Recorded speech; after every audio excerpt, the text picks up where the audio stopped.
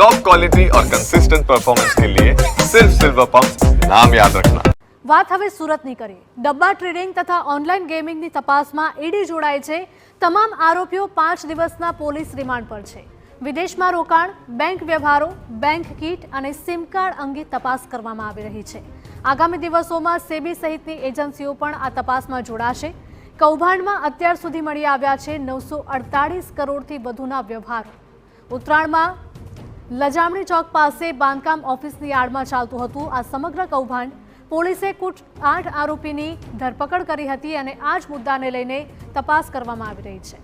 સંવાદદાતા બળદેવ જોડાયા છે ફોનલાઈન પર વધુ અપડેટ સાથે। બળદેવ, સુરતમાં ડબ્બા ટ્રેડિંગ તથા ઓનલાઈન ગેમિંગની તપાસમાં હવે ઈડી પણ જોડાઈ છે, શું વધારે અપડેટ?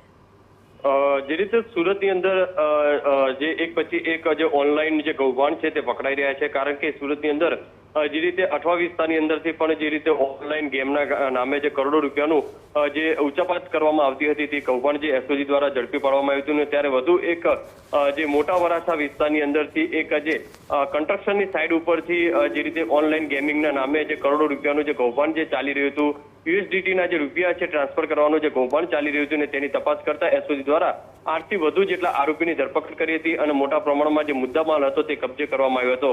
આખી આજે તપાસની અંદર સુરત ડબ્બા ટ્રેડિંગની અંદર ઓનલાઈન ગેમિંગની નામે લોકો પાસે ચીટિંગ કરવા અને રૂપિયા જે હતા તે પડાવવામાં આવતા હતા। હાલમાં તો આખા તપાસ છે તે એસઓજી દ્વારા કરવામાં આવી રહી છે અને 5 જેટલા આરોપીઓ છે તેમના જે 5 દિવસના જે રિમાન્ડ પણ મેળવવામાં આવ્યા છે।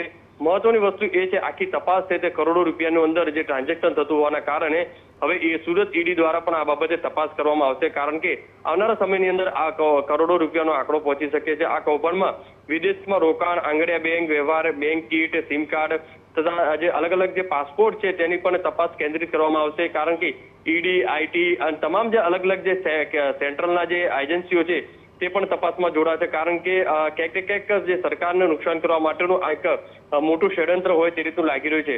હાલમાં તો જે એસઓજી પોલીસ દ્વારા અલગ અલગ ટીમો બનાવી અને આ ડબ્બા ટ્રેડિંગની ઓનલાઈન જે ગેમિંગના નામે 900 કરોડથી વધુનો જે નાણાકીય વ્યવહાર જે મળી આવ્યો છે અને તે વ્યવહાર કોના મારફતે કરવામાં આવ્યો છે, કઈ બેંકની અંદર ટ્રાન્ઝેક્શન કરવામાં આવ્યો છે, કોને કયા વિદેશોની અંદર કયા દેશોની અંદર આખું આ જે કૌભાંડ ચાલી રહ્યું છે તેને લઈને તમામ તપાસ છે તે કેન્દ્રિત કરી છે। જી બિલકુલ, માહિતી બદલ આપનો આભાર। તો આ જ તપાસમાં હવે ઈડીની ટીમ પણ જોડાઈ છે અને તપાસ વધારે કરવામાં આવી રહી છે।